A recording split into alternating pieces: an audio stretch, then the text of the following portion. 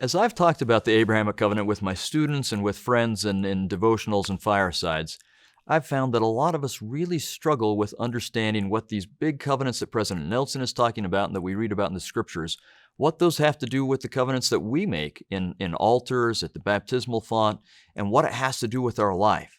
I've also found that if we just start at the beginning with the history of the covenant, that pretty soon this starts to make sense to us. So let's ask ourselves, what is the Abrahamic covenant? We need to be clear to begin with that the Abrahamic covenant is another name for the new and everlasting covenant. Many of us think of the new and everlasting covenant as the marriage covenant. That is a new and everlasting covenant, but it's not the new and everlasting covenant. The new and everlasting covenant is the covenant that God made with all of us, that He would save us, that He would bring us home to Him. And every other covenant is a step or a stage in the process of this overarching new and everlasting covenant. That covenant, Joseph Smith teaches us, was made to begin with even before the world was created. He tells us that the covenant was first made between God the Father and Jesus Christ and the Holy Ghost. It seems to me that this must be when they agreed that they would fulfill their roles in making it possible for the Father to fulfill His promises to us. Now, I don't know, but I would guess that that covenant was presented to us in premortality. In any case, the next thing we know about the covenant is that it's established with Adam.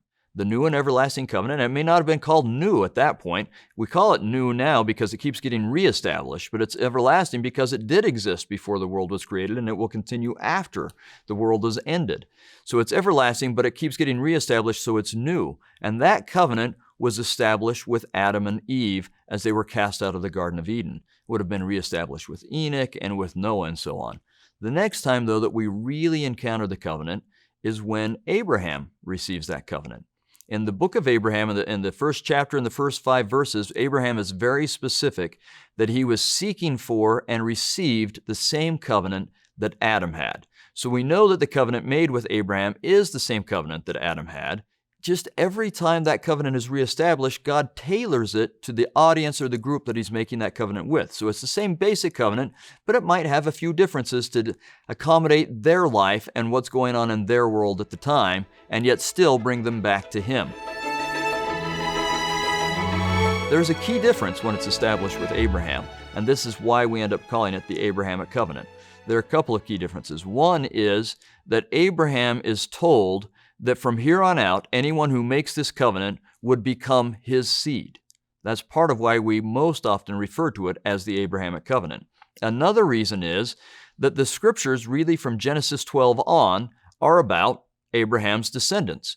And so they will refer to it as the Abrahamic covenant more often than by any other name. And so typically we say the Abrahamic covenant, but we should all know that that is the new and everlasting covenant. It was reestablished with Isaac, again with Jacob, and with his children. Then we kind of lose track of it in the scriptures for a while because we don't really have any information about what happens between when Joseph and all his brothers go into Egypt and when Moses comes on the scene. But Moses brings the house of Israel out of Egypt to Mount Sinai, where the covenant is reestablished with them. Again, tailored to their situation, but the covenant is reestablished with them. From then on, we can trace it through scriptures, although the covenant ends up being lost eventually.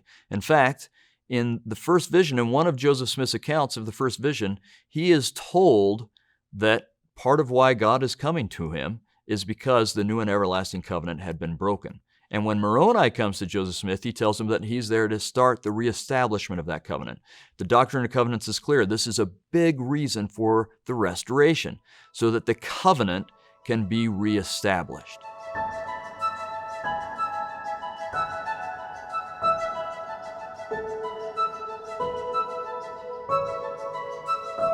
That is the same covenant then that we are part of. Both prophets from Brigham Young to Russell M. Nelson have told us we enter into the covenant at baptism, but we enter into it more when we go through the temple, and even more as we're sealed in the temple. All of these are steps or rungs in the ladder of the covenant. But as we go through this history of the covenant, a lot of times people have a question. They say, okay, wait, this is about the house of Israel or the descendants of Abraham, the descendants of Jacob. That's genetic. We don't feel so comfortable these days with anything being ethnically exclusive. But I'm here to tell you that this is not exclusive. In fact, the covenant is the most inclusive thing in the world. Period. There is nothing more inclusive than the covenant. You think about everything we are doing to try and do missionary work, right? We send out full-time missionaries, both young and old. Every member is a missionary. Think of all the resources, the time, the energy, everything that we do to try to get people to join this covenant. We beg and plead with people to be part of this covenant. Then think we spend every bit as much energy, resources, time to try and make it possible for people who died without the covenant and are on the other side of the veil to have the opportunity to make the covenant as well, right? It's very clear we want you dead or alive. We want you any way we can get you. Everyone is invited to be part of this covenant. We plead with you. The only way to not be part of this covenant is if you choose not to be part of the covenant. You have to choose to exclude yourself to be excluded, because we desperately want to include everybody. That really is the most inclusive thing in the world, and we're part of it. President Nelson has talked about how important this is in one of the first things he did as a prophet when he addressed the youth in a face-to-face online event. And this is what he said to them. My dear extraordinary youth, but I'll tell you, I think it applies to all of us, not just the youth, but he was talking to the youth. My dear extraordinary youth, you were sent to earth at this precise time, the most crucial time in the history of the world, to help gather Israel. There is nothing happening on this earth right now that is more important than that. There is nothing of greater consequence, absolutely nothing. This gathering should mean everything to you. This is the mission for which you were sent to earth. Now think about what President Nelson is telling us. Why is this so important? One of the things I would ask you to do is to stop and ask yourself, why is this such an important topic to President Nelson? And what should we do about it today?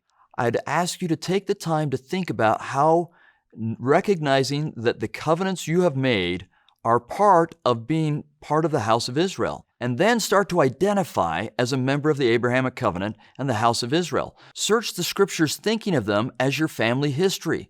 These are not just stories about people that lived a long time ago. These are stories about your great-great-great-grandma. As much as your history about great-great-great-grandma Bertha and Mildred are family history, so are the stories about great-great-great-grandma Rebecca and Sarah and Rachel and Leah. Read the scriptures recognizing that it's about you as a part of covenant Israel, and they'll start to open to you in new ways.